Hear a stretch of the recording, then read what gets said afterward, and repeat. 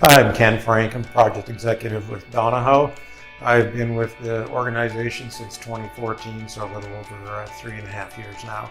My first role, I came on as a senior project manager, and within about 6 months was promoted to my current position. Like everyone else or most others in the industry, sort of started at the bottom, sweeping, hauling bricks and blocks. My first skyhook operation took me days, and the senior people will know what I mean, and that failed miserably. And fortunately for me, at a very, very young age, I was thrown into a supervisory role, and that was when I knew I was hooked, and this was the industry for me. A typical day in the PX role is, in my words, managing expectations. I've got owners, I've got managers, I've got staff, I've got project demands, consultants, and it seems to be an ever-changing world.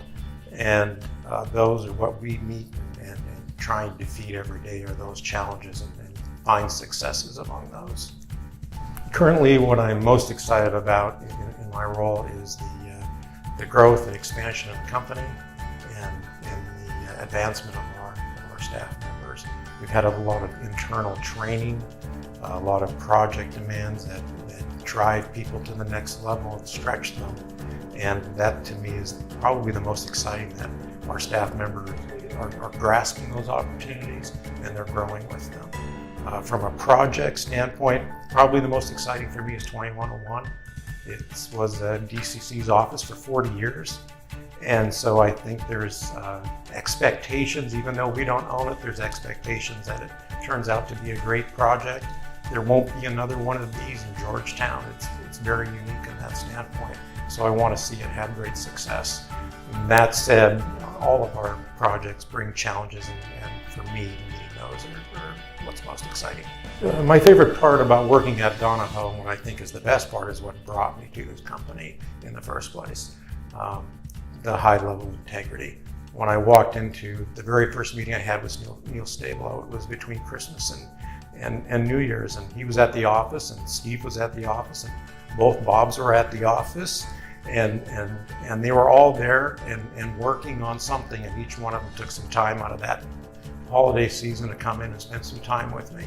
And I could tell from that moment that integrity from the top down was important to the company. And so it was, for me, an easy decision to make, as I actually had interviewed with a few companies, but after that it was a done deal in my mind. When I'm not working, you will find me with my wife and family. My daughter and son are the reason my wife and I relocated to the area. They're all in, so we're all in, and that's why I'm here. I'm very fortunate that my family understands and my passion for golf. If the day is not raining and I'm not working, you will find me on the golf course, and let's not confuse passion with talent. I have many associates who know that I enjoy the self-torture, and so that is absolutely my passion. Advice I would give to my 20-something self is the same advice I gave to both of my children, is you've got to have integrity, you've got to have passion, and you have to have dedication. And I think those three words will take you, and success will follow, no matter what endeavor you take on. I think you've got to find that something that you want to do, set a goal, set a strategy to get there, and don't be afraid to change and deviate. In your 20s, this is the time to make life decisions, and make as many changes and career path changes as you feel are necessary. Because in my opinion, there are no mistakes. Take the bumps in the road, learn from them, and grow. And lastly, is always